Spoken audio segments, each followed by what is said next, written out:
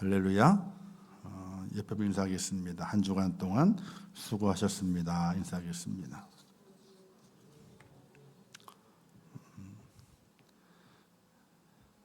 시작과 끝만 같으면 돼요. 이런 얘기 있잖아요. 군대에서 내무반에서 힘들게 훈련도 하고 또 이제 뭐 작업도 하고 뭐 이렇게 힘들게 내무반에 들어와서 있습니다. 근데 고참 이렇게 말하게 되잖아요. 아무리 힘들어도 지루해도 괜찮대요. 왜요? 내무반의 시계는 돌아간대요. 시계는 돌아간다 이거예요. 힘들고 짜증나고 또 심심하고 몸이 좀이 쑤셔도 괜찮대. 내무반의 시계는 자꾸 돌아간다. 어쨌든 무언가 시작을 하고 출발을 하게 되면은 어쨌든 시간은 돌아갑니다. 시작이 있으면 끝이 있듯이 인생의 시간이 돌아가듯이 무엇이든지 시작이 있으면 끝이 있습니다. 그 끝자락에 내게 어떤 열매가 남겨지느냐가 참으로 중요하게 되죠.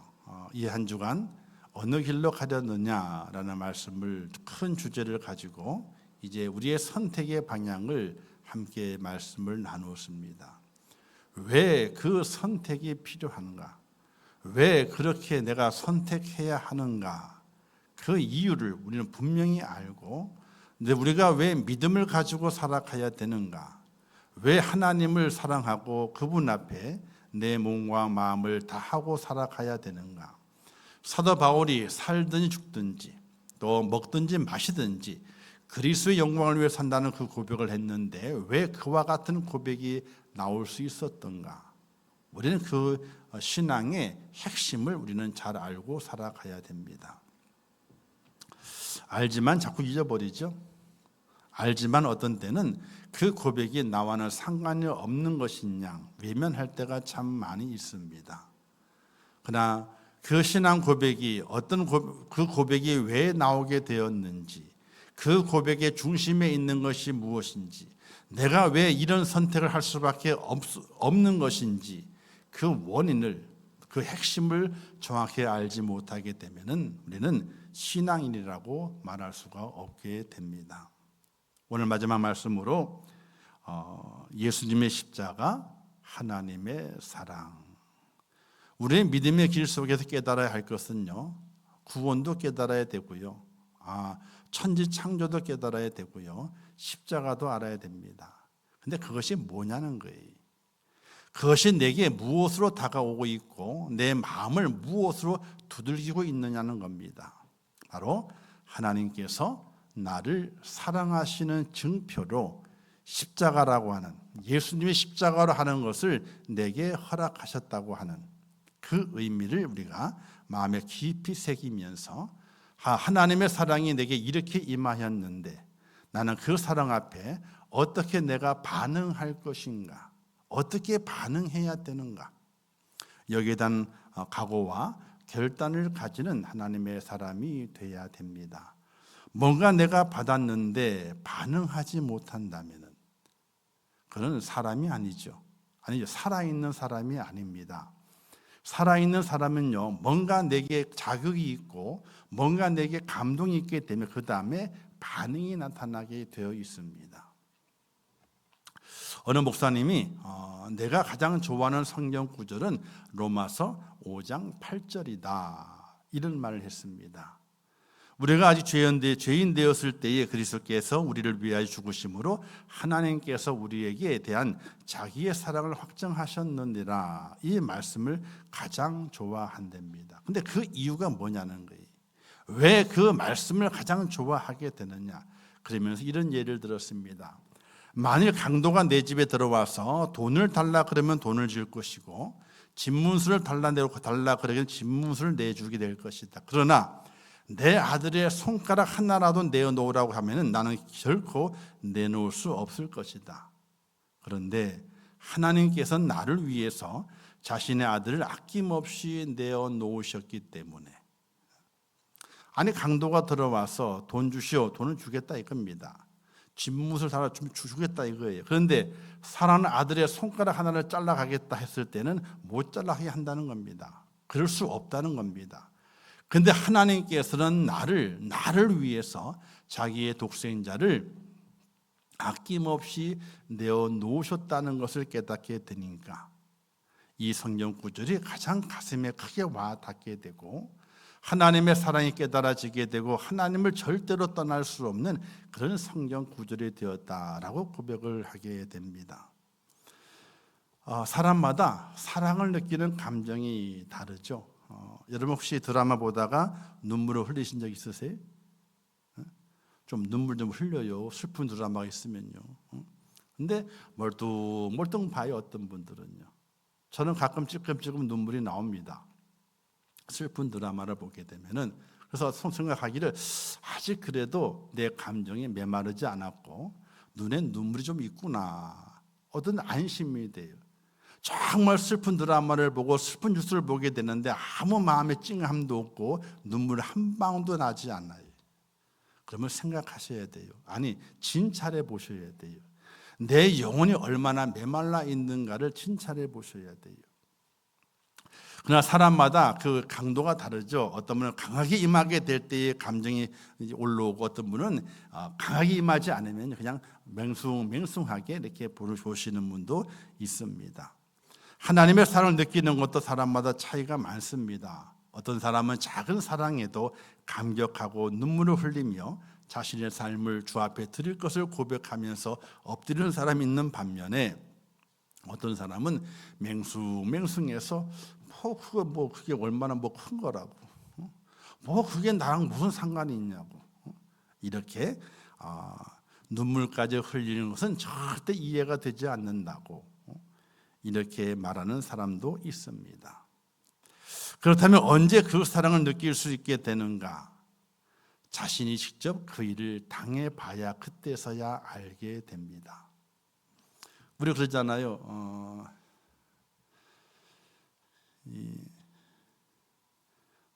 엄마들이 딸에게 속이 상해. 딸에게 저 죽일 뭐 해가지고 속이 엄청 상해. 그 뒷말에 뭐라 그래요? 니도 나봐라. 나봐라. 그걸 경험해 봐야 그 엄마의 마음을 안다는 거예요. 엄마의 마음을.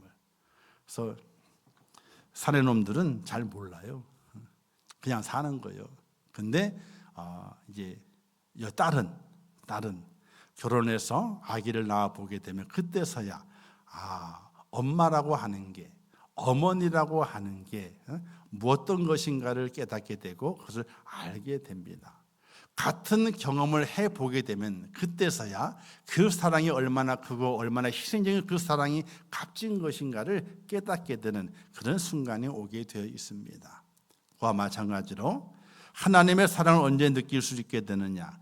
하나님께서 나를 위해서 무엇을 하셨는지를 절실하게 느끼게 될 때에, 그때에 하나님의 사랑을 우리가 느낄 수 있는 겁니다. 사랑하는 성도 여러분, 하나님께서 여러분을 정말로 사랑하고 계셨고 사랑하셨고 지금도 끊임없이 사랑하고 계시다는 사실을 믿으시기를 주님의 이름으로 축복합니다. 하나님과 그리스도인의 관계도 마찬가지예요. 그리스도, 예수님과의 관계도 마찬가지입니다. 자기 일에 분주해 살다 보게 되니까 그 하나님, 주님의 그 사랑을 잊어버리고 살 때가 참 많이 있습니다.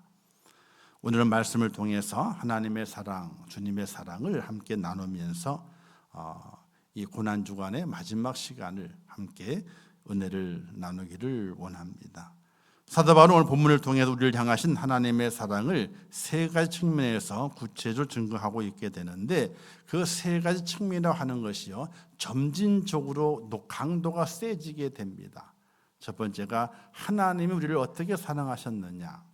너희가 연약할 때에 하나님이 우리를 사랑하셨다는 겁니다. 여기 연약할 때라고 하는 것은 뭘 말하게 되면요, 불신앙 가운데 있으면서 육체의 정욕을 따라 행했던 그 때를 가리키게 됩니다. 믿음이 연약한 거예요. 그래서 날마다 설왕설래하는 겁니다. 어떤 때는 여기 갔다가 어떤 저기 갔다가 믿음이 단단하지 못해요. 어린아이와 같아요. 이리저리 바람에 흔들리게 됩니다. 이 말에도 흔들리고 저 말에도 흔들리게 되고 여기 갔다가 저기 갔다가 어디로 갈지 모르는 연약한 믿음의 상태에 있는 모습을 이야기하게 됩니다.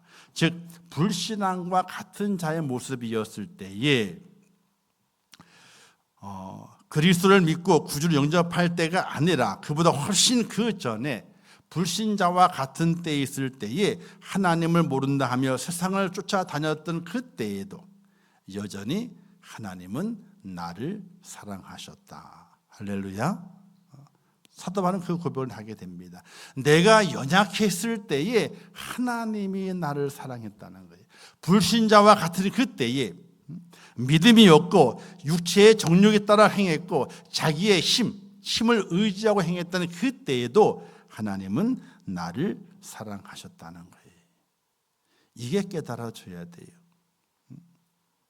두 번째는요, 우리가 죄인 되었을 때에 그 사랑이 또 나타났다고 그랬습니다. 자, 연약할 때가 좀 지났습니다. 그리고 이제 죄인이 된 겁니다. 연약하다고 하는 것은 그냥 불신에 나는 잘 안 믿어 하는 그런 상태인 겁니다. 그런데 이제 깨닫게 돼서 죄를 깨닫습니다. 야, 내가 죄인이었구나 하고 죄를 깨닫습니다. 이 죄인 되었을 때 나타나셔서 나를 사랑하셨다.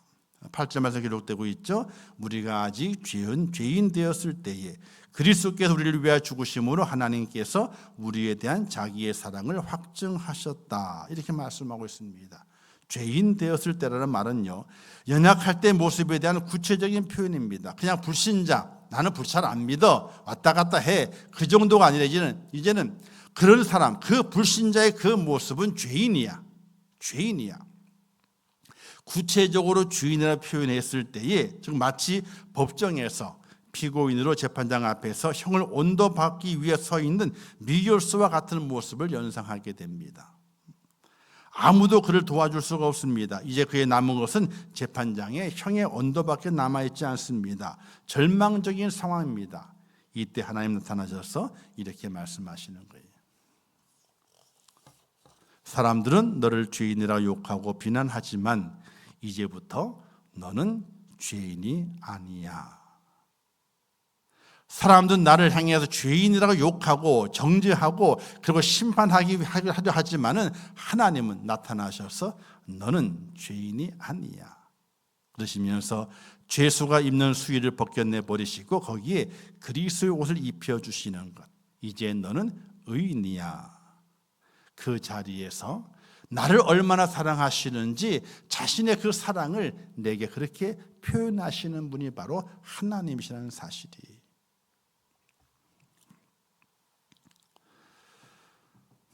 여러분들은 죄를 많이 안 져봐가지고 감격이 안 되죠? 근데 저는 죄를 많이 졌어요.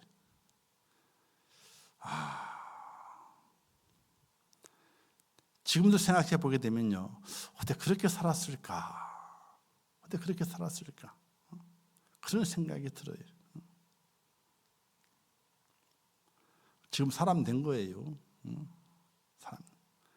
사람이 얼마나 악한지 몰라요. 제가 옛날에 고등학교 다닐 때 얼굴을 보여줘야 되는데 얼마나 착하게 생겼게요. 야, 정말로 얼마나 착하게 생겼게. 그런데 얼굴은 착하게 생겼는데 행동은 그렇지 않았어. 행동은. 살려고 발버둥을 치다 보게 되니까 자연적으로 마음이 그렇게 되고 그 시대의 흐름을 따라가다 보게 되니까 몸이 그렇게 움직여지게 되고 생각도 강팍해지게 되고 마음도 강팍해지게 되는 그런 나를 발견해 보게 됩니다.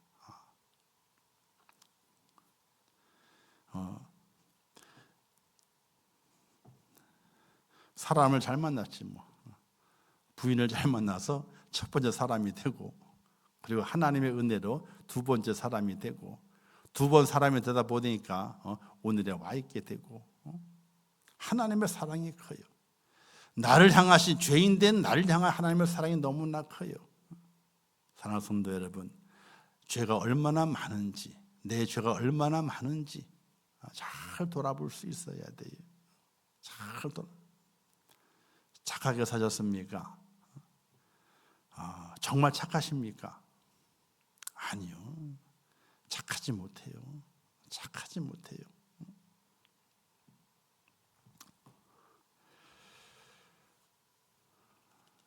세 번째는요, 사도 바울이 이렇게 고백합니다. 우리가 원수 되었을 때에, 자 보세요. 연약할 때, 잘 믿음이 없을 때예요.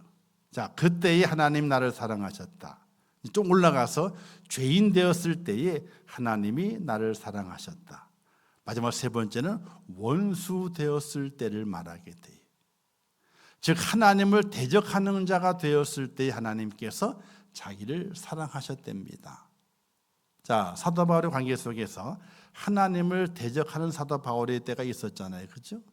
예수 믿는 자를 잡아 가두게 되고, 예수 믿는 자를 잡아 가두기 위해서 혈안이 돼서 열심을 뿜고, 그때에 예수님께 다메섹 도상에서 그 바울을 만나게 될 때에 사울아 사울아 어찌하여 나를 핍박하느냐. 아니, 죄인을 넘어서 이제는 예수님과 대적하게 된 사도 바울의 모습이 있었어요. 그럴 때에도 하나님이 자기를 사랑하셨다는 겁니다.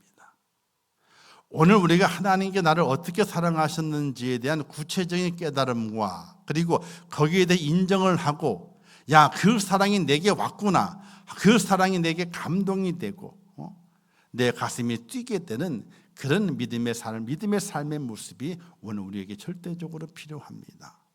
이 땅을 살아가게 될 때에도 우리가 감동이 있어야 돼요.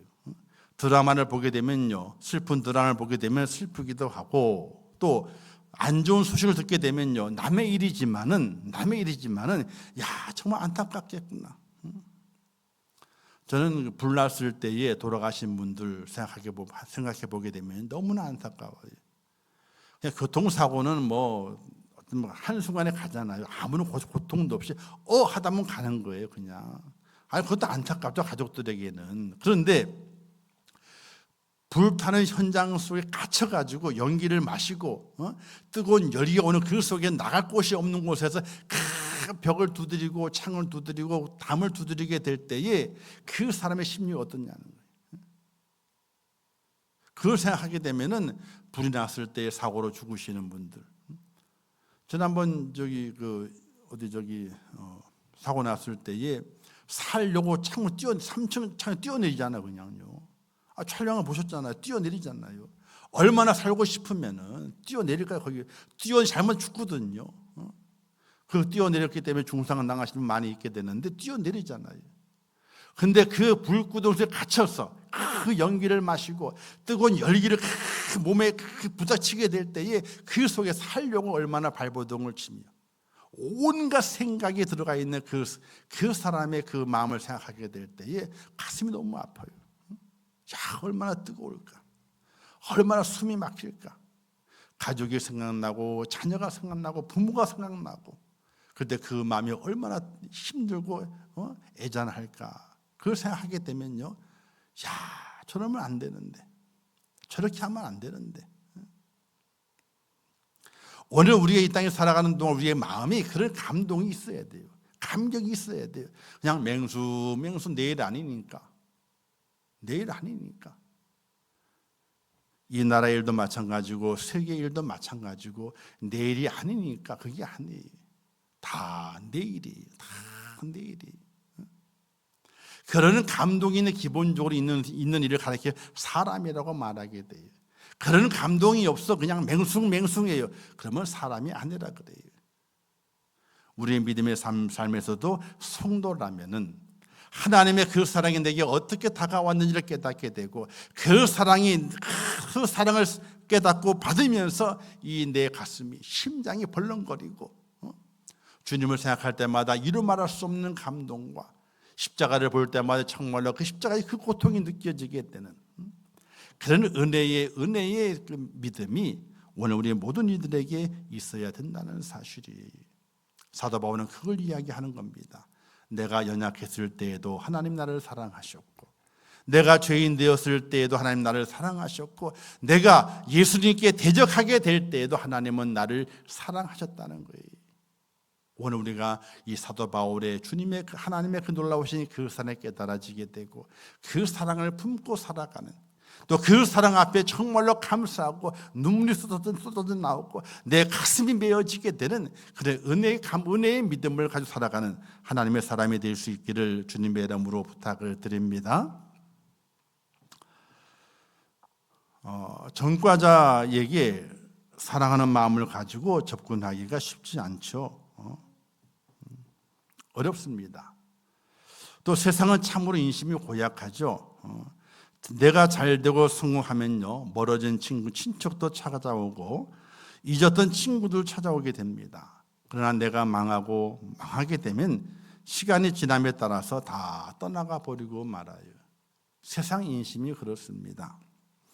그러나 하나님은 내가 망했을 때 찾아오시고 내가 범죄했을 때도 찾아와 주시고 사람들이 외면하고 조롱하고 무시할 때 그때에도 내게 찾아와 주시는 분이 바로 하나님이시라는 사실이, 우리는 그 하나님의 사랑이 내게 임하였음을 고백하고 그 사랑 때문에 눈물을 흘리며 그 사랑 때문에 감격하며 그 사랑 때문에 하나님을 붙잡고 밤이 새도록 그 앞에 엎드릴 수 있는 하나님의 사람이 되셔야 돼요. 사랑하는 성도 여러분, 그런 감동이 없이 우리 이 말 알지 않습니까? 너는 연탄재만큼 그렇게 뜨겁게 불살라 본 적이 있느냐, 이런 말 하잖아요, 그렇죠? 어쩌면 연탄재보다도 못한 인생의 삶을 살아간다면 안 되는 거예요. 우리의 신앙의 생활도 연탄재처럼 정말로 하나님을 위해서 내 모든 다 불살라서 까맸던 그 연탄이 하얗게 변하도록 불살을 줄 아는 그런 사랑의 감정과 감동을 가지고 살아가는 하나님의 사람이 될 수 있어야 되는 것이, 하나님은 그렇게 내게 찾아오셔서 사랑을 나타내 주셨습니다. 어떻게 사랑을 나타내 주셨느냐? 자기의 아들을 죽이셨어요.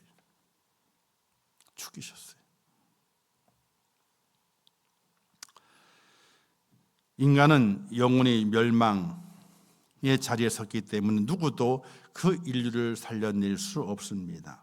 성경은 말하게 되죠. 기록된 바 의인은 없나니 하나도 없다라고 기록하고 있으며 모든 사람이 죄를 범하였음에 하나님 영광에 이르지 못하더니라고 하고 있지 않습니까?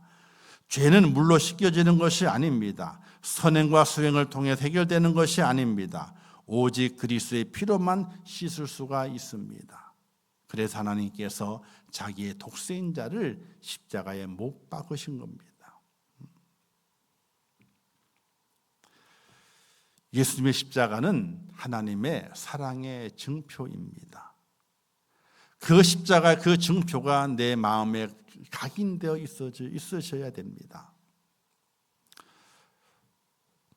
베드로전서에 말씀하시기를 너희가 알거니와 너희 조상의 유전한 망령된 행실에서 구속된 것은 은이나 금같이 없어질 것을 한 것이 아니요 오직 흠없고 점없는 어린 양 같은 그리스도의 보배로운 피로 한 것이니라, 이렇게 말씀하고 있어요. 내 연약함과 내 죄와 하나님과 대적했던 그 모든 죄악을 씻는 비결은 은과 금으로 되는 것이 아니래요. 바로 예수 그리스도의 보배로운 피로만이 그 모든 죄를 씻어낼 수 있는 구원의 은혜가 된다고 말씀하게 되는 것입니다. 하나님께서는 우리를 죄에서 구원하시기 위해서 당신의 아들 예수 그리스도 십자가에 못 박게 내어 놓으셨습니다. 이것이 우리를 위해 나타내신 하나님의 사랑인 것입니다. 그 사랑을 날마다 깨닫고 살아가셔야 됩니다. 주님의 크신 사랑이 오늘 우리 모두에게 임하는 것입니다. 연약했던 나를, 죄인 되었던 나를, 주님과 대적했던 나를 버리지 아니하시고 독생자를 죽이시면서까지 우리를 사랑하신 주님의 사랑이 여러분 속에 꼭 기억되고 또 평생 주님 만나는 그때까지 잊혀지지 않기를 주님의 이름으로 축복합니다. 이제 그 그리스도의 죽으심이 내게 어떤 효과가 있게 되는가? 첫 번째가 하나님의 사랑이 확증된 겁니다. 하나님이 여러분을 사랑하셨습니다. 할렐루야. 하나님의 사랑이 확정된 겁니다. 그리고 이제 그 주님의 십자가의 죽으심을 말미암아 우리를 의롭게 되었습니다. 죄인이 아니라 의인이 되었습니다. 그리고 이제는 하나님과 원수된 자가 아니라 하나님과 화목된 자가 되었습니다. 그리고 이제 이 땅에 살아가는 동안에 주님 오실 때까지 하나님 안에서 기쁨을 누릴 수 있는 소망이 있는 축복자가 된 것입니다. 사랑하는 성도 여러분, 예수님의 십자가로 땀을 받고 영생을 보장받고 하나님과 친밀한 관계가 회복되면서 그것보다 더 행복한 것은 없는 것입니다. 이것을 인해 우리는 날마다 즐거워할 수 있게 되는 것입니다. 그리스도인이라면 십자가 하나만 바라보며 하나님은 나를 사랑하고 있다는 것을 깨닫고 감격할 수 있어야 됩니다. 십자가의 사랑을 잃어버린 그리스도인들은 명목상 그리스도인이지만 참된 그리스도인은 아닙니다. 십자가의 사랑, 하나님의 사랑을 잊어버린 이는 명목상 그리스도인입니다. 참 그리스도인이 아닙니다. 하나님께서 십자가를 통해서 당신의 그 사랑을 우리에게 보여주셨습니다. 십자가는 우리를 사랑하시는 하나님의 변함없는 증거가 됩니다. 우리는 날마다 십자가 아래에 있어야 됩니다. 그리고 십자가의 그 능력, 죄사함의 능력과 부활의 그 능력을 믿어야 됩니다. 그리고 십자가를 날마다 든든히 붙잡고 살아가는 하나님의 사람이 되셔야 됩니다. 고난주간의 마지막 너는 어디로 가려느냐 이 주님의 질문 앞에 십자가는 나를 향한 하나님의 사랑의 증표입니다 라고 고백하며 날마다 그 십자가를 붙들고 하나님의 사랑 안에 거하겠다고 하는 그런 믿음의 결단과 고백이 있는 하나님의 사람으로 꼭 서시기를 주님의 이름으로 축복합니다. 기도하겠습니다. 참 좋으신 아버지 하나님, 은혜를 감사합니다. 이 한 주간 고난 주간으로 지키게 하시고 새벽을 깨우면서 하나님의 음성을 듣게 하심을 참으로 감사합니다. 어느 길로 가려느냐 우리에게 결단을 요구하십니다. 그냥 결단을 요구하시는 것이 아니라 내가 너를 사랑했다. 너가 연약했을 때에, 너가 죄인 되었을 때에, 너가 나를 대적했을 때에도 나는 너를 사랑해서 독생자를 십자가에 못 박아 물과 피를 다 쏟게 했다라고 말씀하십니다. 하나님의 놀라우신 그 사랑을 깨닫고 주님의 그 희생적인 그 사랑 앞에 믿음으로 화답하는 하나님의 사람이 될 수 있도록 은혜를 허락하여 주시옵소서. 나를 살리신 분도 하나님이시고 또 나를 천국 인도하시는 분도 하나님의 사랑입니다. 그 사랑 앞에 온전히 화답하며 믿음의 길을 걸어갈 수 있도록 은혜를 더하여 주시옵소서. 우리의 가정을 지키시고 일터와 산업을 지키시며 특별히 자녀들에게 은혜를 베푸시사 우리와 동일한 은혜를 누리는 하나님의 사람 되게 하시고 하나님의 사랑을 깨닫고 십자가의 그늘 아래에서 참 쉼을 얻는 우리의 자녀들 될 수 있도록 축복하시고 은혜 허락하여 주시옵소서. 돌아오는 주일은 부활주일입니다.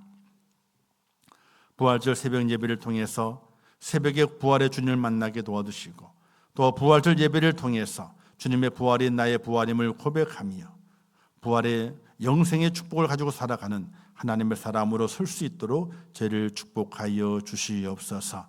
이 한 주 함께하는 모든 성도들 속에 함께해 주시고 하나님의 크신 은혜를 부으시며 하나님의 사랑으로 덧입혀 주시옵소서. 사탄마귀 절대 틈타지 않도록 인도하시고 주의 성령께서 안보하사 온전히 하나님의 축복된 길로 걸어가는 믿음의 축복자가 될 수 있도록 은혜를 더하여 주시옵소서. 예수님의 이름으로 축복하며 기도하옵나이다. 아멘. 지금은 길이요 진리요 생명 되시며 부활의 첫 열매가 되신 우리 주 예수 그리스도의 은혜와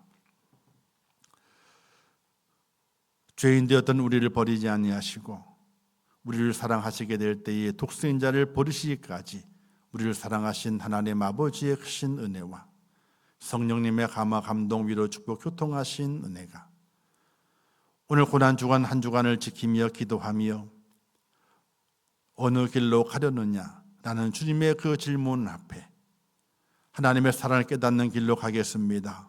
믿음의 길로 가겠습니다. 진리의 길을 벗어나지 않겠습니다. 하나님의 마음에 합한 길을 걸어가겠습니다 하는 그 믿음의 다짐을 통해서 영생의 그날을 소망하는 우리 임천교회 모든 성도들 머리 위에와 그들의 가정과 자녀들과 기도의 제목들을 위해 이제로부터 영원토록 함께 있을지어다. 아멘.